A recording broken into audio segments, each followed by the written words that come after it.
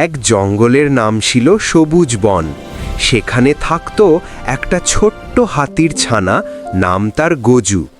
গজুর বয়স মাত্র ৫ বছর।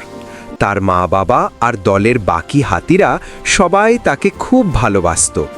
কিন্তু গজু একটু দুষ্টু ছিল, সবসময় দল থেকে আলাদা হয়ে ঘুরে বেড়াতো। একদিন সকালে দলটা নদীর ধারে জল খেতে গেল। গজু দেখল দূরে একটা বড় আম গাছ, গাছে ঝুলছে লালচে আম। তার মুখে জল এসে গেল। মা বললেন, গজু, দলের সাথে থাক, জঙ্গলে বিপদ আছে। কিন্তু গজু শুনল না, চুপি চুপি সরে পড়ল আম গাছের দিকে। গাছে উঠে আম পাড়তে গিয়ে হঠাৎ পায়ে পিছলে পড়ে গেল গজু। পড়ে গিয়ে তার একটা পা মচকে গেল, ব্যথায় কাঁদতে লাগলো। চারদিকে কেউ নেই, দলটা অনেক দূরে চলে গেছে।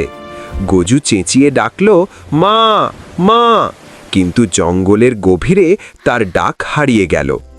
দুপুর গড়িয়ে বিকেল হলো, গজু একা বসে কাঁদছে। হঠাৎ দূর থেকে একটা বুড়ো হাতি আসতে দেখা গেল। তার নাম ছিল হীরা চাচা, অনেক বছরের অভিজ্ঞতা।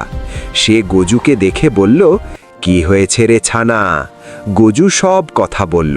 হীরা চাচা হেসে বলল, দুষ্টুমি করলে এমনই হয়, চল তোকে দলে পৌঁছে দিই। হীরা চাচা তার সুর দিয়ে গজুকে তুলে নিল। ধীরে ধীরে হাঁটতে লাগলো।